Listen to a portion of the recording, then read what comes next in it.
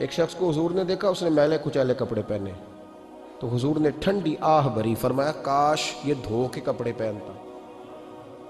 ایک شخص کو دیکھا بال بکھرے ہیں، کنگھی نہیں کی، تو حضور فرمانے لگے کاش یہ کنگھی کر لیتا۔ نفاست پسند آدمی پہ نا بوجھ بنتا ہے۔ جو آدمی، آپ کو پتہ ہے کہ امام شافعی تو فرماتے ہیں جمعے والے دن غسل کرنا واجب ہے، ماتے غسل نہ کرے تو جمعہ ہی نہیں ہوگا۔ اگرچہ ہمارے امام صاحب کے نزدیک سنت ہے۔ یہ سنت کب بنا؟ ایک دن نہ بہت سارے لوگ اپنے اپنے کام سے اٹھے مسجد میں آ گئے، مسجد نبوی میں۔ کوئی کسان تھا تو کھیت سے اٹھ کے آ گیا، کوئی مزدور تھا تو مزدوری سے اٹھ کے آ گیا۔ تو مسجد میں جب بہت سارے لوگ جمع ہوئے نا، تو بعض لوگوں کو دقت محسوس ہوئی، تو رسول کریم علیہ السلام نے فرمایا کتنا ہی اچھا ہو کہ تم جمعے والے دن نہا کے آیا کرو۔ بس وہ صحابہ کا مزاج ہمارے والا نہیں تھا کہ تفصیل بتائیں، حکمت بتائیں، ملے گا کیا، ثواب کتنا، نہ نہائے تو گناہ، یہ کوئی نہیں۔ حضور نے کہا کہ نہا کے آؤ تو کتنا ہی اچھا ہے۔ پھر کسی صحابی نے کبھی بھی بغیر غسل کیے جمعہ ادا ہی نہیں کیا۔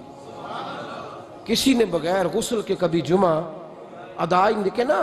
اسلام بڑا خوبصورت دین ہے۔ حضور نے فرمایا جو کچا پیاز کھائے وہ مسجد نہ آئے، پہلے مسواک کرے، دانت صاف کرے، پھر آئے۔ نبی پاک صلی اللہ علیہ وسلم نے فرمایا جو کچی مولی کھائے مسجد نہ آئے۔ مولی کھانا جائز ہے، پیاز کھانا جائز ہے، لیکن منہ سے بدبو آتی ہے۔ نبی پاک علیہ السلام کا ظاہری حسن کیا بات ہے۔ میلاد مبارکہ میں نبی پاک علیہ السلام کی جو چیز بڑی کھل کے واضح آتی ہوتی ہے وہ رسول اللہ کا حسن و جمال ہے۔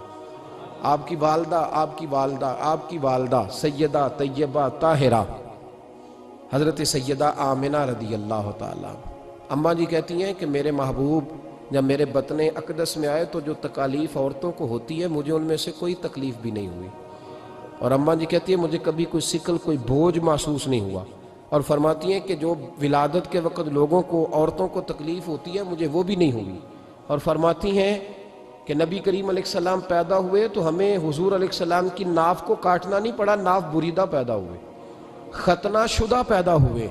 آپ کو پتہ ہے عورتیں غسل دیتی ہیں بچے کو پیدا ہونے کے بعد، لیکن میرے محبوب نے سجدہ ہی کر لیا پیدا ہوتے ہی، امتی امتی کہتے ہوئے پیدا ہوئے۔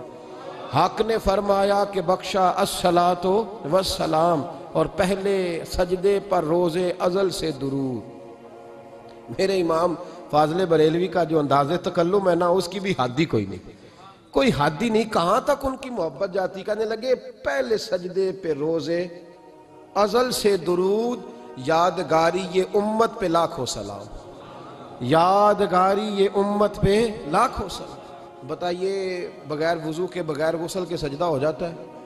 تو حضور نے سجدہ کر کے بتایا کہ اللہ نے مجھے پاک صاف پیدا کیا ہے۔ نبی پاک صلی اللہ علیہ وسلم کی والدہ نے جب یہ باتیں ارشاد فرمائیں تو لوگوں نے پوچھا ان سے کہ اماں جی پھر آپ ایک جملے میں بتائیں کہ ماجرا سارا کیا تھا، آخر ایک ولادت تو ہوئی نا، آپ کے وجود اطہر سے ایک بچہ تو نکلا، تو یہ کیا تھا؟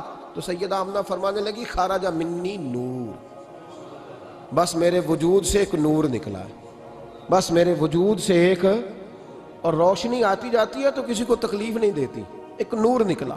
میرے رسول کریم علیہ السلام کو ظاہری حسن بھی کمال دیا، اور پھر حضور کی نفاست پسندی، صفائی پسندی۔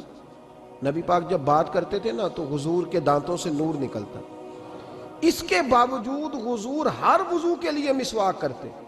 میں نے ہر نماز کے لیے نہیں کہا، میں اپنے لفظوں کا ذمہ دار ہوں۔ کس کے لیے بولیں آپ حضرات؟ ہر وضو کے لیے، یعنی اگر نبی پاک نے وضو نماز کے لیے کیا تب بھی مسواک کی، اور اگر قرآن شریف کی تلاوت کے لیے کیا تو پھر بھی مسواک کی، کسی اور موقع کے لیے وضو فرمایا تو پھر بھی مسواک کی۔ اور سیدہ عائشہ فرماتی ہے جب بھی حضور گھر سے نکلنے لگتے پہلے مسواک فرماتے، حالانکہ رسول پاک کے دندان اقدس تو نور والے تھے، ضرورت ہی نہیں تھی۔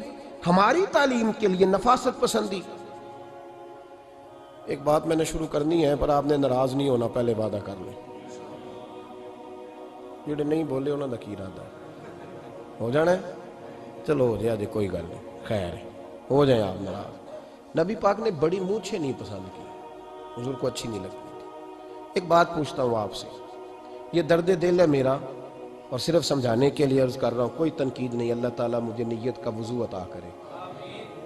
ایک بات بتانا، اگر بہو کھانا پکا کے لائے اور سالن سے بال نکل آئے تو پھر اس کا کیا حال ہوتا ہے؟ کئی تو بوڑھے پلیٹ اٹھا کے دیوار میں مارتے ہیں، ایسا ہی ہوتا ہے نا بھئی یہ کیا ہے؟ اور اگر کبھی روٹی سے نکل آئے تو بیوی صاحبہ کا کیا حال ہوتا ہے؟ یہ کوئی طریقہ ہے کھانا پکانے کا؟ اور اللہ تعالیٰ معاف کرے، اگر کبھی ہوٹل میں چلے جائیں امیر لوگ 15,000 کا ڈنر کرنے، تو وہاں کسی سالن کی پلیٹ سے بال نکل آئے تو پھر تو پیسے کیا دینے ہیں، پھر تو ان کو اور جرمانہ ہو جاتا ہے۔ یہ تو سارے بال نکل آئے تو مشکل، اور ویسے بھی جو نفاست ہے نا طبیعت کی، اس پر بوجھ بنتا ہے، بال کھانے میں ہو آٹے میں ہو تو بوجھ بنتا ہے۔ تو بڑی مونچھوں والا دوست بھائی بزرگ جب پانی پیے گا تو بال پانی میں جائیں گے کہ نہیں جائیں گے؟ حکیم اور ڈاکٹر کہتے ہیں کہ کینسر کے مرض کا خطرہ ہے۔ اب باقی بھی راضی نہ ہوں، حضور نے بڑی مونچھیں بھی پسند نہیں کی اور چھوٹی داڑھی بھی پسند نہیں کی۔ حضور نے فرمایا داڑھیاں بڑھاؤ، مونچھوں کو پست کرو، مشرکین کی مخالفت کرو۔ اور ایک مقام پہ رسول پاک علیہ السلام نے یہاں تک فرمایا کہ جو مونچھیں پست نہیں کرتا وہ ہم میں سے ہے ہی نہیں۔ اتنے سخت لفظ۔ ایک صحابی تھے، آپ یقین کریں نا، کئی دفعہ دوستوں کو کہنا پڑتا ہے، اور کئی دفعہ نا مجھے محسوس ہوتا ہے کہ یار ہم روز ہی کہتے ہیں، لیکن کہتے پتہ کیوں ہے کہ بوجھ بنتا ہے وہ بندہ جو اس طرح کی تباہ کے ساتھ آتا ہے، جو حضور نے پسند نہیں کیا۔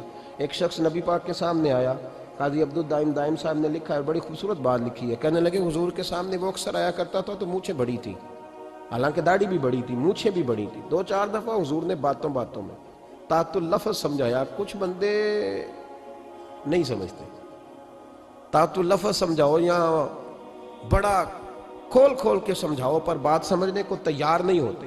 پتہ نہیں کیا ایسا حسن ہے بھئی، جو حسن نبی پاک نے پسند نہیں کیا وہ کبھی حسن ہو سکتا ہے؟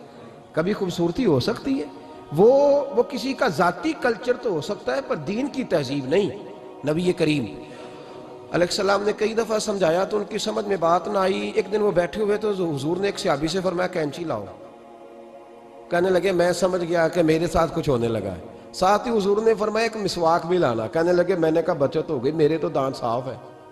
تو یہ شاید اس کی بات ہونے لگی ہے جس کے دانت بھی ٹھیک نہیں۔ دونوں چیزیں جب آ گئی نا تو حضور اٹھے اور نبی پاک نے مسواک ان کے ہونٹوں پہ رکھی، اسی سے آبی کی ہونٹوں کے اوپر مسواک رکھ کے تو اوپر سے حضور نے مونچھیں کاٹ دی۔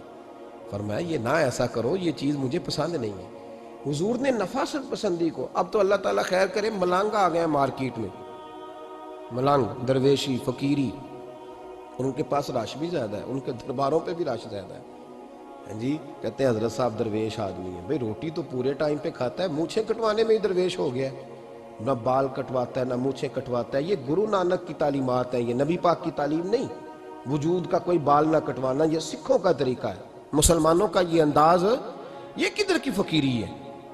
دین کوئی غلاظتوں والا معاذ اللہ کہ بابا کپڑے نہیں بدلتا، بابا غسل نہیں کرتا، بابا بال نہیں کٹواتا۔ بابا ہے؟ پاگل ہے؟